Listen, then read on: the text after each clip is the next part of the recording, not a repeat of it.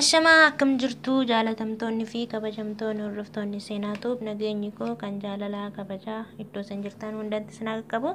Haddallee viidiyoo biraatiin isin deebi'ee jira. Viidiyoo ani qabadhee isin deebi'e ammoo gaafii isin gaafattan ta'ee koomentii keessan dubbisaan ture. Koomentii keessan yeroo dubbisutti rifeensa ani kiyyaan dhabe waa'ee rifeensaa irratti jechuudha. Wantoota akkanaa fayyadamaa jedhanii yeroo barsiisan rifeensa kiyyaan dhabe fuulallee wanni inni narraa yookaan bugurii narraa balleesse hin jiru siruma natti dabalee rifeensa illee nurraa fixee warri jettan jechuudha. Warri kan yuutuubii kanarratti barsiisan homaa wanni nu tolee hin jiru wanni nu miidhe malee kan jettan ni jirtanii. Isaaf deebii isaa qabadhee isin deebi'een jira. Gara viidiyoo kanatti osoo seenne dura warri chaanaalii kanaaf haarawaa taatan subscribe gochuudhaan gara maatii keenyatti dabalamaa isiniin jedha. Barumsa baay'ee isin fayyadu isin biraan gahaa akkasumas ammoo tuyyuu rakkoolee biyyoota ormaa irra jiranillee isin biraan gahaa jechuudha. Eegaa gara viidiyoo keenyatti seenna.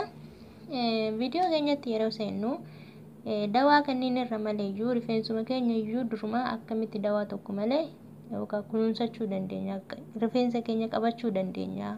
Isa jedhu rifeensis maaliif nurraa iccitaa, maaliif fuulduraan maaliif achi deema, maaliif caccaba, mafteen isaa waamotuyyuu falli isaa maali ka jedhu viidiyoo tana haga dhumaatti yoo hordoftan baay'ee irraa qalbeeffattanii qabxiilee haga torbaan isinii kaasaa. Qabxiilee haga torbaa kana haga dhumaatti akka dhaggeeffattan abdiin qaba. Tokkoffaa irratti fakkeenyaaf koomentii keessan dubbiseen yeroo hin jedhutti ofii nagarrama jechuudha. Fuula kiyya na balleesse rifeensi sirmaa kiyyaan dhabe malee wanni na bu'aa buuse hin jiru namni jettan jechuudha. Amma fakkeenya fuula finniisaaf jecha dammaa fi loomiidhaan yeroo jalqabdan dammaa fi loomii kana yeroo torbe tokko keessatti yeroo 3 yeroo 2 kan fayyadamtan ta'e osuma isa fayyadamaa jirtanuu barumsa biraa argitanii isa jidduutti dhistanii dhayxanii kan isa fayyadamtan yoo ta'e andugaan isinitti himaa kun bu'aa isaatirra miidhaan isaa akka caalu beekaa isin jechuu barbaadeeti. Kan biraa ammoo tuyyuu haala itti fayyadaminsa isaa torbe tokko keessatti yeroo 2-3 kan fayyadamaa isiniin jedhan yookaan ammoo tuyyuu sanii ol yookaan sanii gad kan fayyadamtan yoo ta'e kunis bu'aa isaatirra miidhaa isaatu caala jechuudha. Keessattuu tokko fayyadamuu jalqabdanii kan biraa ammas barumsa biraa YouTube irratti argitanii kan fayyadamtan yoo ta'e dawaa irratti dawaa biraa jechuudha. Kun bu'aa isaatirra miidhaan isaa akka caalu akkanaa hubattan jechuu barbaadeeti. Ishi dawuma kanarrayyuu malee rifeensuma keenya dawaa tokko malee kunuunsachuu ni dandeenya. Rifeensi kaa uumamaan marguu hin dhiisu. Sammuu irratti yookaan mootii bakka isaa uumame irratti harka irratti margaa, fuula irratti ni margaa, miila irratti ni marga, rifeensi bakka qaama keenya hundarratti ni marga. Kanaafuu rifeensi kaa uumamaan marguu yookaan mootii biqiluu hin dhiisu. Sababni inni nurraa caccabuuf maali, bubuqqa'uuf maali yookaan mootii fuulduraan achi deemu gara duubatiin illee ol deemu maali isa jedhu qabxiilee haga torbaa isiniin kaasaa hanga dhumaatti akka hordoftan abdiin qaba. Viidiyoo tanoo jaalattan like share akka gootan abdiin isinirraa qaba jechuudha. Tokkoffaa irratti lippi jedhaati. Tokkoffaa irratti bishaan ho'aa amma dhiqachuu.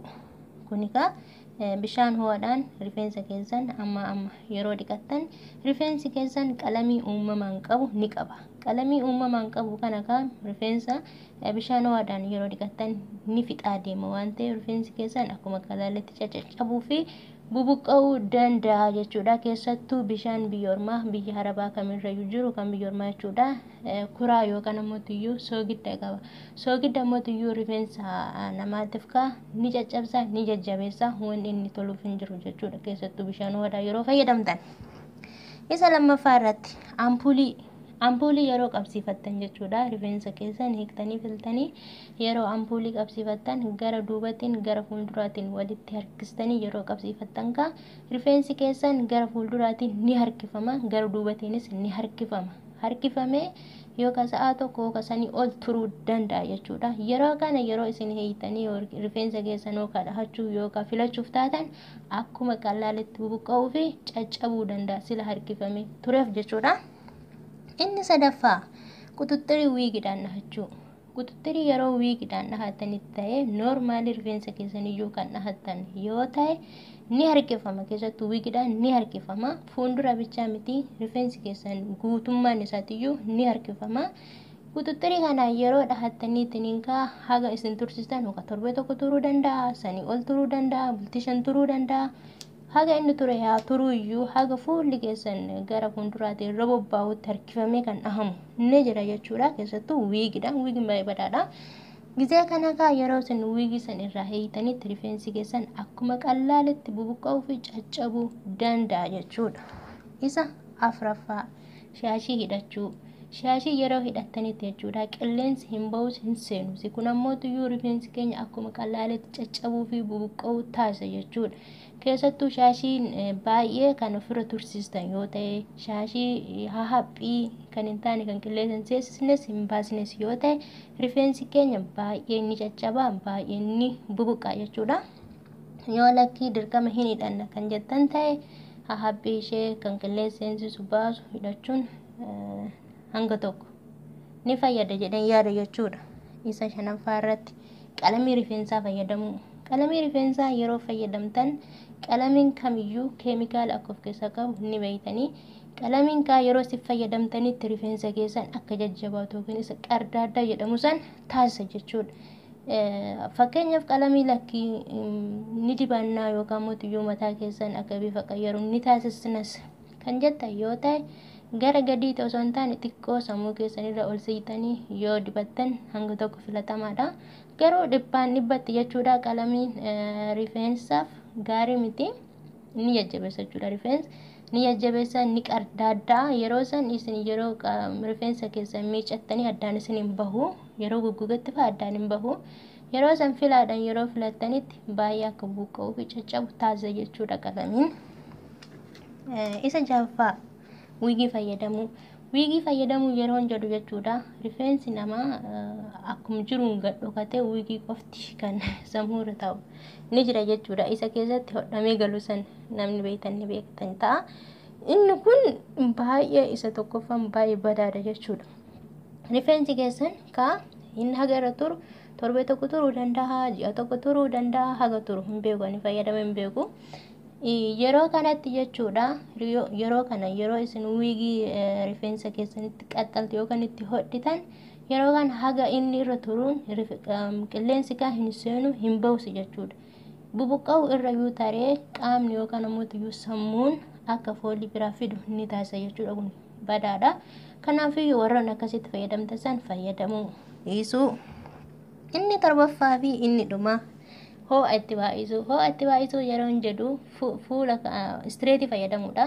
Fakkeenyaaf keessattuu fuula duraan yeroo istireetii amma rifeensa kaawwaniin wal fakkeessa jettee amma kan fayyadamtu ta'e, kunis ammoo tuyyuu bareedina osoo hin taane miidhaa isaatu tara jechuudha. Fakkeenyaaf fuula duraan rifeensi fakkeenyaaf yoo istireetii fayyadamte yookaan ammoo tuyyuu mataa kee kan rifeensa kee kan sirreeffattu ta'e, hoosuu fuula duraan ni buqqa'a ni caccaba akka waan kan duubaa sanii wal fakkaatu jechuudha rifeensi.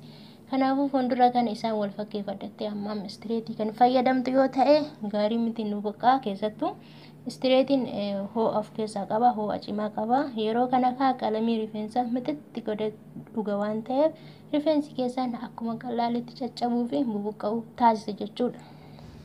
Kanaaf kaa maal gochuun irra jiraata? Amma kun erga ta'ee ammaan booda garuu kan tanaan duratti akkasitti nurra buqqa'e kan nurra caccabe akkam gochuu dandeenya isa jedhu fala isaa maayoneezii fi killee jechuudha. Maayoneezii fi killee ishee keessaa booraasanii fi maayoneezii walitti maktanii dibachuudhaan sa'aatii tokko laasiidhaan xirriqqi gootanii shaffantanii hidhachuudhaan sa'aatii tokko ofirra tursiisuudhaan dhiqachuu.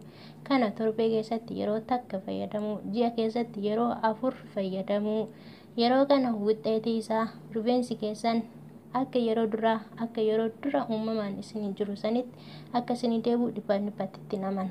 Kanaafuu dawaa biraa osoo keessa hin makin, kan biraa osoo hin fayyadamin maayoneezii fi killee qofaan akka rifeensi keessan iddoo duraatti isin deebi'u ji'a tokko keessatti ni argitanii. Kun namni ji'a tokko turuu hin danda'u jechuun osoo waan biraatti fayyadamin, osoo waan biraa jidduu hin buusin killee ishee booraasanii fi maayoneezii qofaan erga fayyadamtanii sa'aatii tokko ofirra tursiistanii Sambora dhiqachuu fuula fuulduraa haga duubatti rifeensa hidda jalaati hanga dhumaatti dibdanii misaaj gootanii yoo fayyadamtanitti jechuudha. Keessattuu shaampoodhaan yeroo dhiqattan shaampoon kamuu keemikaala of keessaa hin qabu.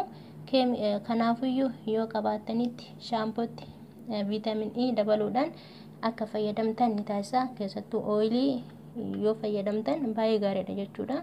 Kanaaf viidiyoo tana hundi keessanuu akka jaalattan abdiin qaba. Yoo jaalattan like, share hiriyoota keessaniif gochuu hin dagatinaa. Kan biraatiin walitti deebina. Warri maatii nuuf hin taane immoo akka maatii nuu taatan subscribe gochuudha.